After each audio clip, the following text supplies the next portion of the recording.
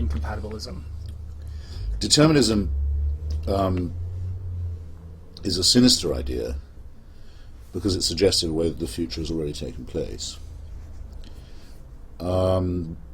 It has this much to be said for it. We do, thanks to the laws of physics, not of philosophy, we do roughly know how our world is going to end, and even in what way, and roughly what time. So a lot of what's going to happen to us is inscribed when we're born. That's overarchingly true, but it's rather like the creationist interpretation of evolution. It would involve so much micromanagement by the divine of so many different impulses and interactions. What would be the point of that? It wouldn't be a plan at all. It would just be an attempted superimposition of chaos. So when I'm asked, I say I naturally believe in free will because I think we have no choice. At least I know that the irony there is an irony, and it's partly at my expense. But those who say no, of course we have free will, the boss says we have to have it.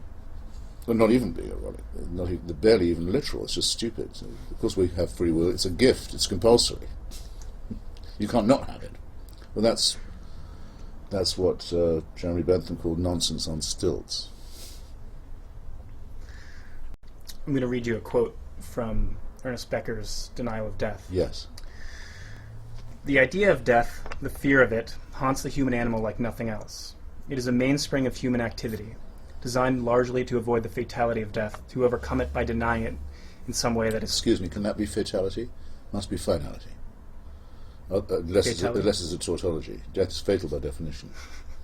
The fatality of death. I think it must be finality. I'll start. So that's the way I am. Well, I don't know. I guess the important part is that they try to deny it. Deny in some way that it is the final destiny yes. of man. Do you fear death? And how do you deal with that knowledge? How do you... I've just had the experience of reading about my own death in a catalogue from the National Portrait Gallery in London of a set of photographs about a group of us who were once, well, still are, the survivors, friends in London in the 70s. And the catalogue came and it was a caption featuring me, and it said, "The late Christopher Hitchens." And I thought, oh, well, there is a few words in print that will one day certainly be true, but for now I'm not late, mate. So, and I've even worked out how it happened. A good friend of mine named Pat Kavanagh, she was the wife of the novelist Julian Barnes from Literary Agent, died while the thing was going to press. So they hastily put in the late against her name, and it was the next page, and they put it against mine instead. But her husband, Julian Barnes, had just published a wonderful book called Nothing to be Frightened of, long meditation on death itself, and his wife had just died of brain cancer. So, and on the day I saw this catalogue, I just had his answer to my letter of condolence. So they offered to pulp all the copies, but I said, no, I want at least a dozen of them. And, by the way, I also have a perfect opening paragraph now for my memoirs. So, you see, one can be positive about these things. The way I think about it is this. I think it's actually T.E. Lawrence who says this, that many men would take the death sentence that's offered to them by fate easily in preference to the life sentence that could be offered with the other hand. In other words, if you think, hell, here's this party, I'm at it, it's a good party, and at some point someone's going to tap me on the shoulder and say, not that I have to leave, that would be bad enough, but the party's going to go on without you. That's the bad bit. It's the newspaper that comes out the day after that I won't read. That's all. But then, nobody doesn't have that. But then picture the opposite. You're tapped on the shoulder, say, great party, yeah, I'm having a great time. Well, you can't leave. You have to stay. And it's going on forever. No, you then know right away. Don't be silly. It's not even something you should or would subconsciously desire to happen. The idea of being dead and then resurrected seems therefore rather pointless. Why die at all? What's the point of inflicting that on you? Of course you have to die. Why? Oh, so you can have eternal life. Oh, I see. Really, really is child's play, I think, in the literal sense. It's designed to both frighten children and impress them, perhaps console them. But all of these things are fables for people with childlike brains. That kind of touches on the next question, which is, there are some scientists who say that aging is a disease that can eventually be cured. They believe that humankind can conquer death.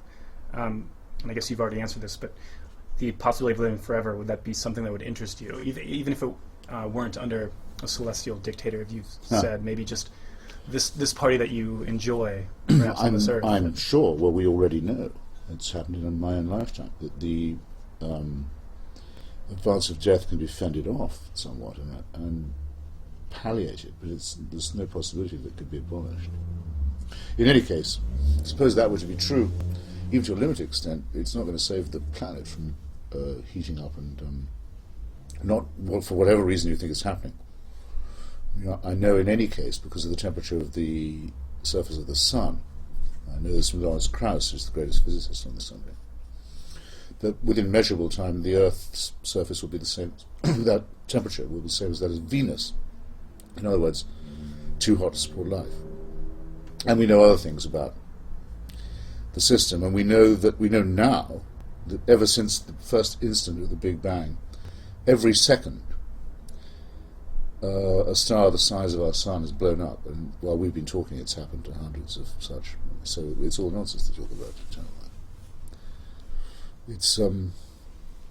It would be more persuasive in a way if people could think of a good idea of heaven, but it's very funny that they haven't, unless it's a replication of obvious frustrations and conquest of those on earth, as in the Muslim case. But the Christians, for example, never been able to produce a cogent idea of paradise. That must tell you something. They only do hell convincingly. You've written that the pleasures and rewards of the intellect are inseparable from angst, uncertainty, conflict, and even despair. This seems paradoxical. Everything you love about civilization springs out of a brain that you've criticized as being poorly engineered. Yes. Our adrenal glands are too big and our prefrontal lobes are too small. Penis is too capricious. All that. As we learn more and more about the brain and how to manipulate it, would you be interested in being the architect of your own evolution? In other words, would you, if possible, change or control the outdated reptilian parts of your brain? Not if they'd take away the angst. No. I wouldn't. I mean, sometimes Buddhists, as well as monotheists, say to you, well, if you'd only accept, there'd be bliss and nirvana and end to pain and strife. And I said, well, I don't believe you could supply that at all. But if you did, I don't want it. What you offer is not worth having. So not at that price. But on the other hand, I am now 61, and I'm sure I could be very interested in the idea of taking part in an experiment to see if what we know is happening anyway, the further evolution of our brains, humanity is not the last word from this point of view. We know it's happening. And we know a very arresting statement made by Sir Martin Rees, the Astronomer Royal, Professor of Cosmology at Cambridge. I heard him say this once at a lecture. The Earth is about halfway through its natural life. We can't stop thinking of ourselves as the object, though, of evolution that began with bacteria. When our sun burns out, if there are any creatures to watch it happening, they won't be human. They'll be as far from us as we are from bacteria. To take a small part in advancing that process, peering a little further, I wouldn't mind. But I always measure these things against these tremendously impressive superimposing facts about the cosmos and about evolution, which is a millimetrical process. Great. I'm afraid. I mean, it just in the last few centuries, it seems there've been just a few little. I mentioned it a couple of times in my book, and there's more now of our brain evolution. It is happening. Will happen. And it's funny, because they do seem to take the form of improvements, or at least good adaptations. That we can't lose the idea that somehow there is an upward curve. But that's probably an illusion. Best to live without illusions.